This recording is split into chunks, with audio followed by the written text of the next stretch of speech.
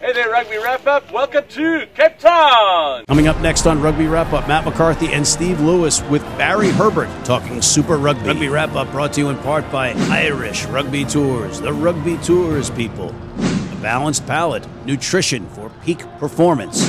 AFIA Sports Training Group, and Big and Whistle on West 36th Street, the world's best rugby pub.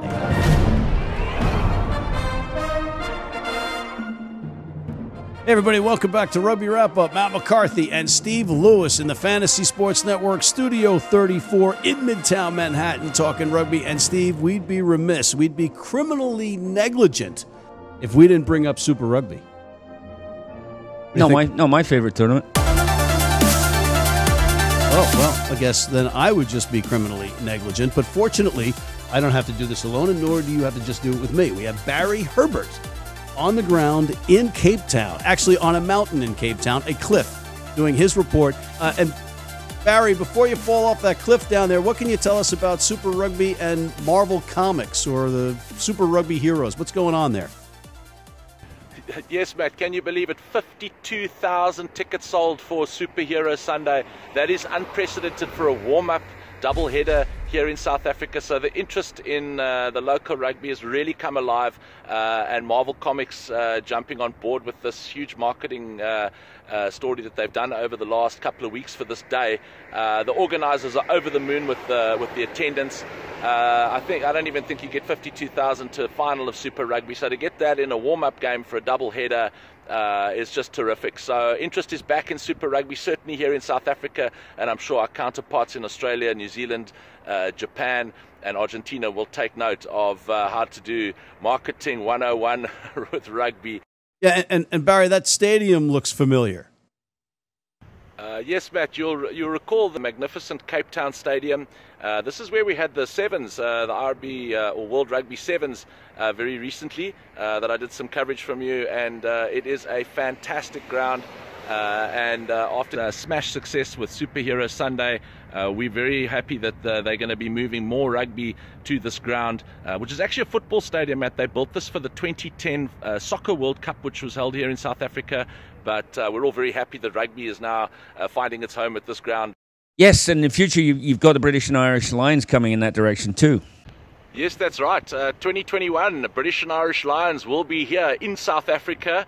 The schedule and the fixtures haven't been announced yet. Obviously, this is a World Cup year, so it's a little bit far out. But I would certainly advise our USA-based British and Irish Lions fans, of which I know there are plenty, to start planning in advance for what is going to be a terrific tour here in South Africa.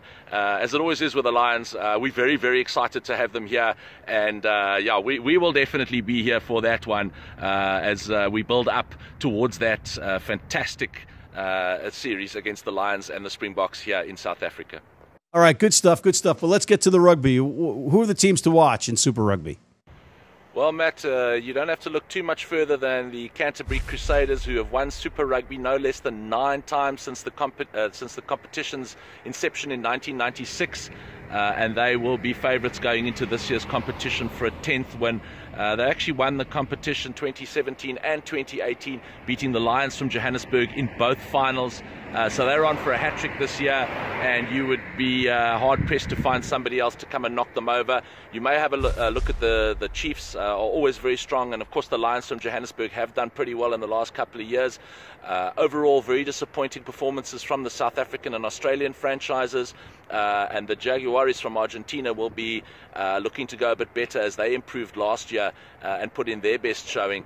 Sunwolves from Japan still a little bit off the pace, but it's good to have them in the competition, and we'll see how they go this year.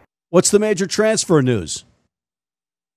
There have been a couple of big moves in the transfer market, actually, with several big-name players returning from Europe. The biggest, I believe, is Nonu, who up until recently was with Toulon. and is going to be returning to New Zealand to play for the Auckland Blues this year.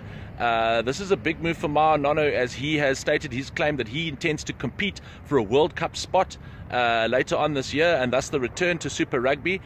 Same for Duane Vermeulen, legendary Duane Vermeulen, and even more legendary Schalk Brits, who will be returning also from Europe, from Toulon and Saracens respectively, and both of those players will be going to the Bulls.